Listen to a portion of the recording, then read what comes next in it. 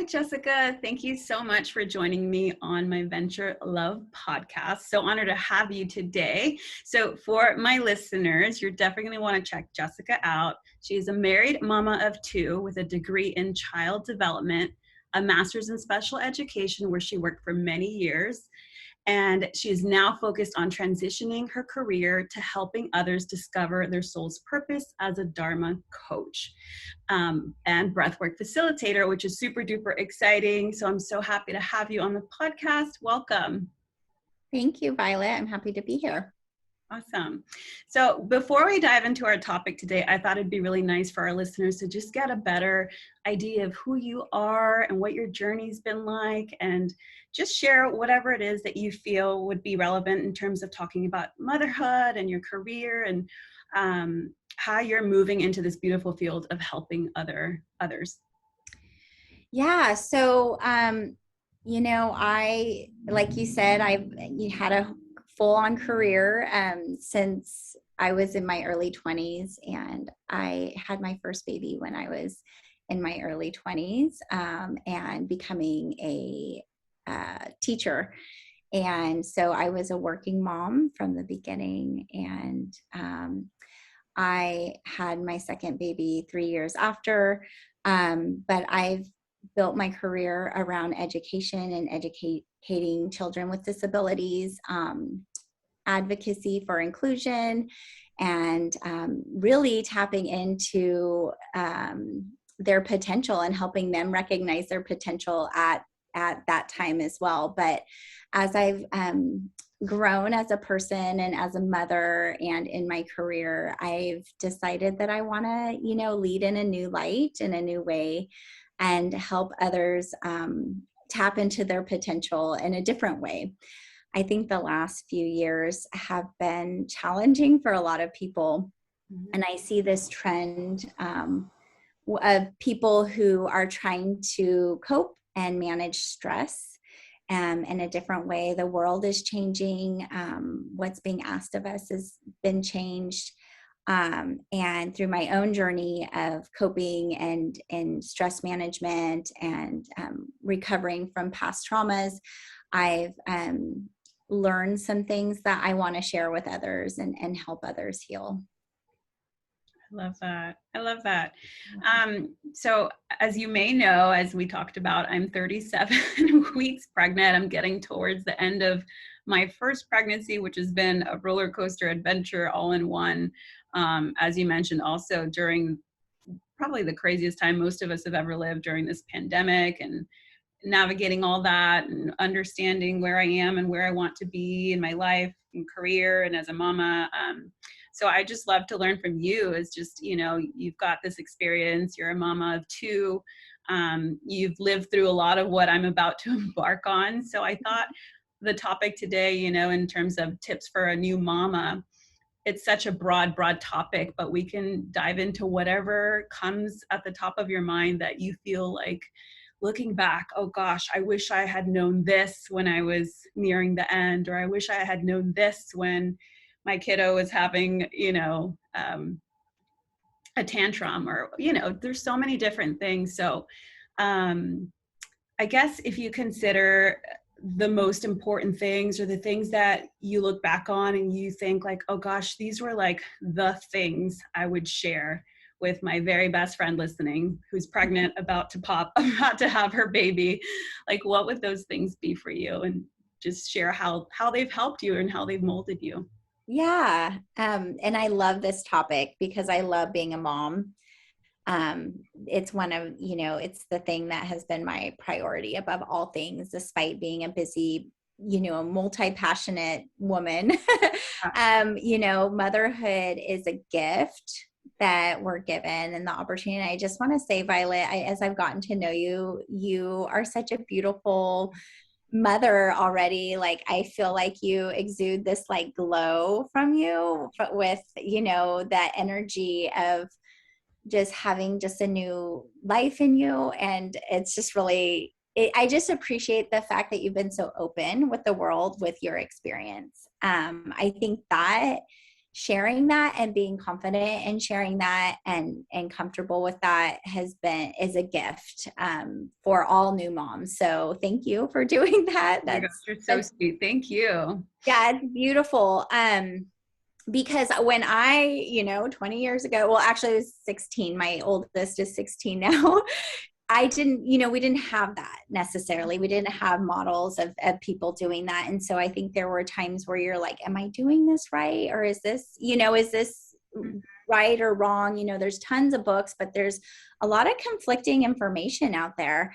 And I think that really what looking back is, my instincts and my intuition were like at its peak, I feel like, when I was having my babies. And it's like you're given that gift of just knowing, of what you should do. And so even if the world seems like it's not aligned with what deep down is right for your baby, trust yourself. Mm-hmm. And what because I do remember kind of being unsure, like I feel like this is the right thing, but it doesn't seem like anyone else is feeling the same way. Do you know what I mean? There's just different things. So definitely, stay confident with you, be true to you and your truth and what you feel is right for you and your baby. And so be confident with that. So that's just one thing. Mm-hmm. And the other thing is nothing is forever. So nothing is forever. So if you're, when I had my babies, and more so with my second baby, I kind of went through like, I almost want to say like a depression a little bit, or a postpartum, our hormones, stuff happens to our hormones and different things happen. And you have this beautiful baby, that you get to take care of, but it's a lot of work. And if you're feeling, if you're feeling down, or if there's any, emotion there, like just know that it's normal and that, nothing lasts forever. So just trying to know that, that time where that baby is so needy and, requiring so much of you is not going to be forever. And so savor that moment, try and be present, and just know that. So, that I never regretted the time that I spent with my baby. And then also, I'm just going to keep going here. Just as I'm taking all the mental notes, and I'm like, yes, I've heard this, and I feel like it's so true that time will fly by, and before you know it, your little itty baby is like running out the window, running out the door. I mean, doing their life. So I'm loving it. This is great. Yeah, my baby is driving around. Actually, my baby's going to prom, this weekend. So yeah, it just doesn't last forever. It's not forever. And so sometimes in those moments of, the baby's crying, I remember the baby would be crying and I didn't know what they needed because they didn't want to eat. They, the rocking, whatever it was, there was just times where they needed to cry. And all you can do is comfort them and be attentive, but it's not a reflection of you as a mom. Mm-hmm. So it's just natural. It's just what they go through. And whenever I see like new moms with babies, I just, and their baby's crying and they're trying to make them be quiet, and they're feeling, you can feel the energy. And I just tell them, I'm like, hey, I'm okay with your baby crying. Like, you don't feel like you have to make them be quiet for me, because that's just what babies do. So it can get really stressful. I think another thing is, and I'm more coming into this now at my age, but I've been a person, I feel like you're the same way, Violet, is I'm super passionate about a lot of things. Like, yeah. I have a lot of interests, and I have a lot of things that I like to do outside of motherhood that has to do with my career and just things that I was interested in. And I think that it is okay to have other passions and interests than just your baby. Like, that doesn't take away from the love you have for your baby. And it is okay. Cause I think that as a working mom, there's sometimes this feeling of like mothers, like a little bit of guilt Yeah. for that. But I was fortunately raised with a working mom, and I was surrounded by women who also worked. And I feel like it was a really healthy way for me to show up for my baby as well, to be able to also invest in myself and my interests. Mm-hmm. And let me tell you, mothers who stayed home with their babies and that's what they did, I total respect to that as well. It's just that I think everybody has a different purpose, right? And their soul's purpose and their potential and where they're at in their life. And so it's just, again, staying true to you and not feeling guilty about that. There's no right or wrong way, you know. So I just think there was a time where sometimes, you know, you kind of feel this like pull, you know, of like, gosh, I'm so passionate about this, but I'm also a mom, you know, can I manage this all? But it's just really important to stay true to you, make sure you're, you know, getting yourself care in, allowing people to help you. There's going to be so many people that want to help you, you know, and also bond with your baby and just let them, you know, and do what you need to do to take care of yourself or like your interests, because you don't want to lose that in motherhood. Oh my gosh. I love that you mentioned that. I know that I left it so open because this is why I love podcasting and having it be such a natural conversation, because I just want it to be real and open and honest. And it's definitely something that I've struggled with even before. I always knew I wanted to be a mom ever since I was little. I always knew, and I'm so grateful and so happy, and it happened so easily, which is crazy because I always thought it would be difficult. But here I am close to the end of it, and it was something I always thought about, you know, like I knew I wanted to be married and then I wanted to have kids. And as you mentioned, I'm so passionate about so many things. And I feel like within the pandemic of starting my business Venture Lab and starting with a blog and then coaching and working with clients and now doing podcasting, which I love, there's so many things that I'm still so like juiced up and excited about. And I'm not going to lie, part of me is like, oh my gosh, is this going to end? And I know it's not. And I have to get comfortable with the idea that it's changing and my priorities are shifting a little bit, but there's still that passion and that desire to continue doing this. So I just have to navigate, and I'm just being open as I'm processing and discussing this, but I have to like navigate how that will look moving forward. And, you know, maybe it's a season of motherhood and then I take on these new ideas and lessons and learnings and I put out a program that applies to moms maybe in the future or something. But I love that you mentioned that, because I have had personal like doubts and like insecurities of like, oh gosh, like, is this going to end? Because now I'm a mom and that's all I can be. And that doesn't feel and sit well with me. It doesn't resonate, because I know we're so capable as women of doing so much more if we want to. So I love that you mentioned that. Yeah. And this is one thing that I didn't realize this. Actually following your passions and being passionate rubs off on your children. So they see you doing that and you know, being true to you, you're only teaching them how to do that for themselves. Mm-hmm. And so I guess I didn't really totally realize that. I was, you know, I need to make a living, you know, and then I also had children, but I also had these desires and these interests. And I just am saying, from somebody who has 2 teenagers, I'm glad I did that. I'm glad that I invested the time and I modeled for them how to get up in the morning, get ready for work, you know, because what I see in my 2 kids are 2 really motivated and passionate kids, and they wouldn't have been that way if it wasn't modeled by their parents. And whatever that is that you're modeling, that is where your heart is, you know. And so it doesn't go unnoticed, and it won't go unnoticed even by your tiny baby.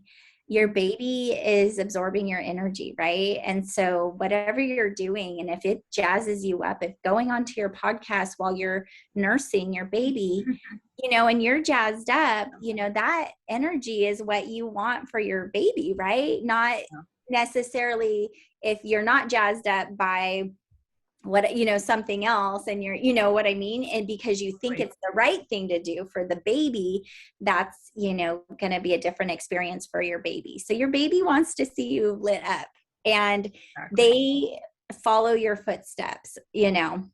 I love that. Yeah, I used to babysit a ton in college. It's how I paid my way through college and other things and afforded all this stuff. But I remember babysitting, and I remember the moms that, actually, I think all of the moms that I babysat for, they all had their careers and they all had their things going on. And I just loved that because I could see so clearly how much the kiddos were sponges. And they're like, yeah, mommy's going to work and she loves doing this. And I love that. And I feel like that's such an important thing. And to each their own. Some mamas love staying home and that's their thing. And I know a few friends that's what they do and they love it. And they're beautiful, wonderful, amazing mamas. And being a mom, I'm not there quite yet, but I know it's so much work and it's never ending, but it's beautiful. And so, yeah, I think it's so important. I love that you touched on it. It's just, it's what jazzes you up, right? So whatever it is, maybe it's sitting at home making homemade baby food for your baby, and if that's what jazzes you up, or nap time is what jazzes you up, do what lights you up. I think at the end of the day, don't forget that. And again, it's not about looking at what everyone else is doing or comparing yourself, because I feel like as a new mom, I did that, and I was like, well, am I supposed, but I think do what lights you up. And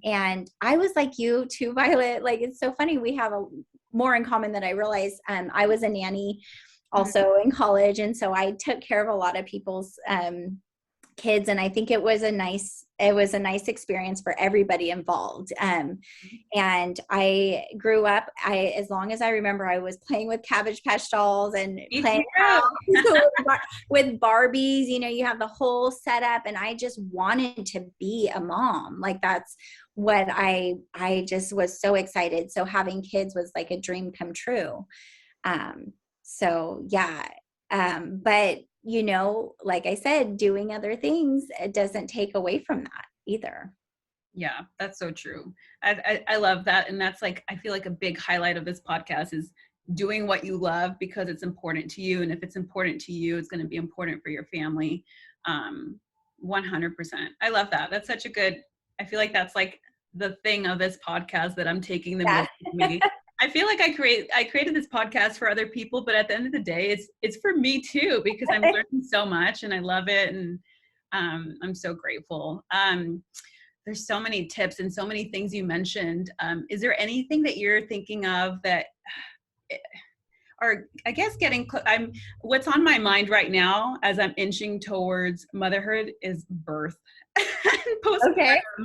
So is there anything that jumps out at you that you're like, oh gosh, that is something I wish other mamas to be absolutely knew going into the birth? Because it's a big day, and I know it comes and goes, and then there's postpartum and so much that comes with that. But are there any little tips or ideas or just memories that you have that would be helpful to share? Yeah, well, I get the sense, Violet, that you have studied the process pretty well. Like, you kind of have in your mind where you want to be. And because of the work that you do, like, I think you also are aware of your body and your energy and like your ability to manage stress. So that's always like helpful, I think, to be able to relax through. And I'm being like, super literal, like through the birth. Yeah. The one thing, and I don't know if you're going to be nursing or not, Violet, but nursing for me was really important. Mm-hmm. But there wasn't a ton of resources around nursing. Like, nursing was kind of this, like, I don't know, it's like this, like, there just wasn't a lot of resources. But I did find somebody who was like a nurse. She was a volunteer person who coached on nursing. And I was super lucky to find her in my community.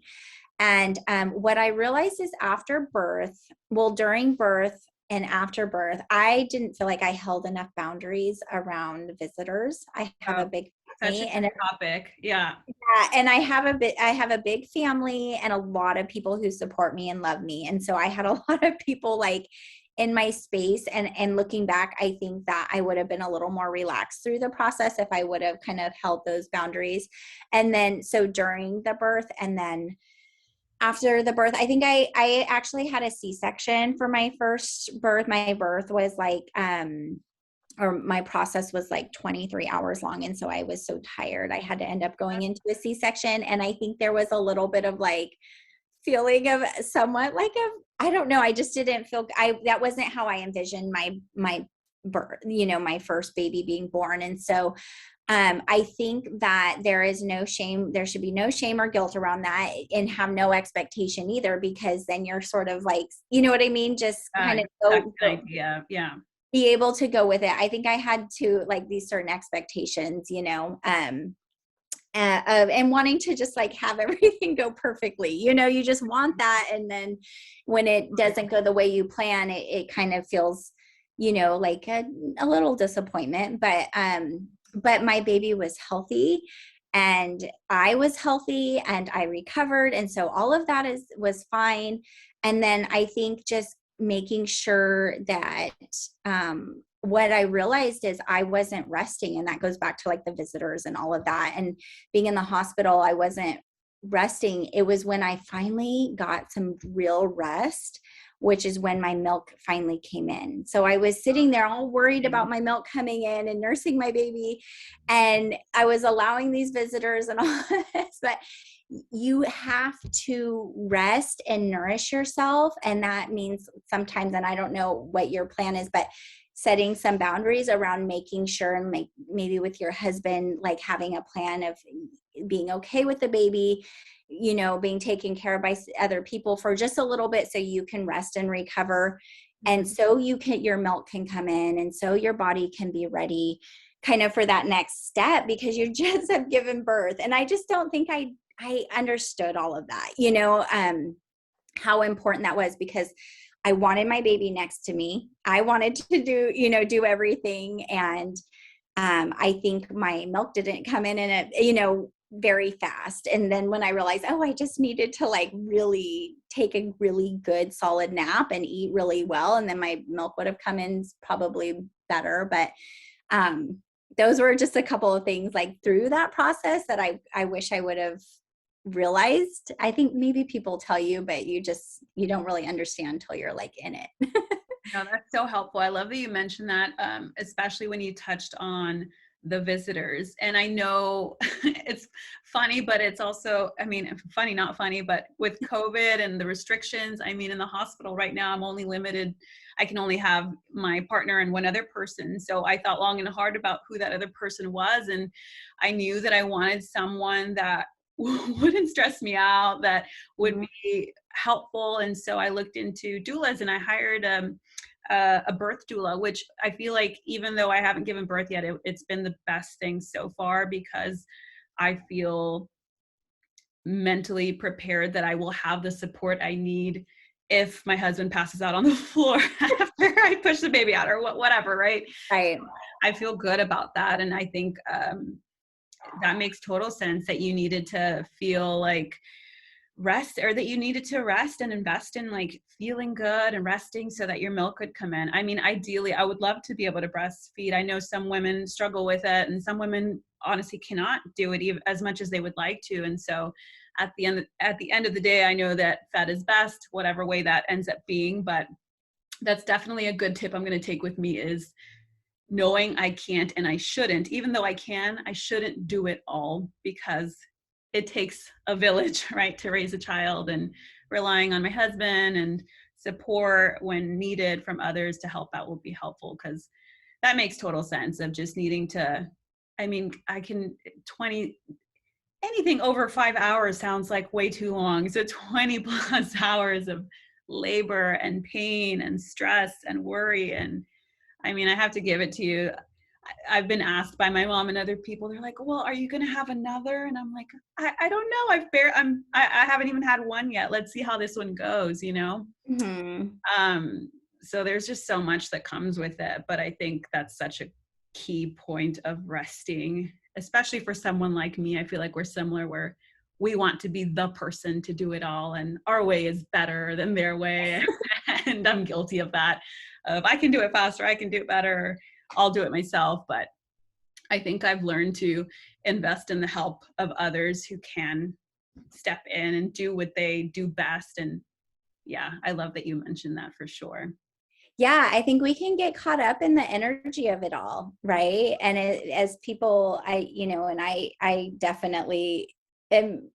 This happens to me. Like I get caught up in everybody else's energy as well, and just remembering, that this is yours and your husband's and your baby's experience, and yeah, your rest is super important at the beginning. So. Yeah, definitely. Gosh, there's just so much more I want to ask you. I want to dive a little bit into what you'll be doing now in terms of Dharma coaching. I know for some people, I understand it a little bit better, but I know for some people, they may be new to it. So if you want to share with the listeners more of like what you're transitioning into and what it means to be a Dharma coach and how you work with people, that would be amazing too. Okay, yeah. So it's funny because I was just on a coaching call with some of my fellow coaches who we were talking about this of how people don't necessarily, not everyone hires a coach, right? Not everyone has a coach, and that may not be common for a lot of people. And so really trying to, help people understand what a Dharma coach does. And so I'm starting this business, and it's really it's Jessica Marie, the Dharma experience. So it's an experience really. But my initial offer is a coaching process that is about 12 sessions long or 3 months long. Where you meet and you really, it's an individualized experience for the person depending on where they are in their spiritual journey, and their intention and where they want to go. And it's really peeling back those layers of maybe any negative beliefs or things that you don't, that are not serving you in your path, and unlocking people's potential. And it's super exciting because the experience really can change the trajectory of your life and just sort of where you end up going. And I think that anyone could benefit from it. But especially people who are just sort of have this feeling of like, I feel like there's more, or I feel like I'm meant to do more, or I'm not totally, like when I wake up in the morning, I'm not totally satisfied with where my life is or where it's headed. So yeah, it's definitely something that through my certification, I've learned about different aspects. Like there's, 5 stages to Dharma discovery. We could explore the doshas, which is an Ayurvedic term, going through the chakras, and then adding the breath work to it is an additional layer for supporting people through kind of like being their own healer, their own energetic healer through the process, because there's different things that people have come across in their lifetime that maybe have prevented them from living in alignment with their purpose. So when people discover their Dharma, or come to that, they experience more flow in their life. It's more, they feel more expansive, and our ultimate goal is feeling that joy and that love, kind of like the same goal you have, Violet, for your podcast, but really feeling more of that love and joy and vibrating on that level, so you can attract that in your life. I love that. That's so awesome. Okay. And I have to say, in the past, I've had coaches, and I know maybe you have as well. And I know that and we're coaches as well. And so I know that for anyone that's interested in learning more about what you're offering, it will be so helpful, because personally speaking, when I've had a coach and they've guided me, I feel like when we go to a coach, we're struggling in maybe one or a few areas of our life, and there's a lack of balance, and we need that kind of reflection back to us. I just have to say a lot of the things that I've overcome in my life have been thanks to a coach, having someone to support and guide me. And I feel like the work you're doing is going to be so valuable to so many people. So I'm super excited for you to be starting this venture. It's so exciting. Yeah, I think what a coach can provide is an objective point of view, like something, I think we get stuck in cycles, and even like generational cycles of whatever it is, whether it's trauma or just cycles, that it's hard to overcome without somebody, from the outside of your life to be able to come in and mirror back and kind of, reflect back what's happening. And we can all have blind spots that we don't even recognize. And that's why I say, I feel like anybody could benefit, but, but I also feel like when you need it, when like when it's like you're ready.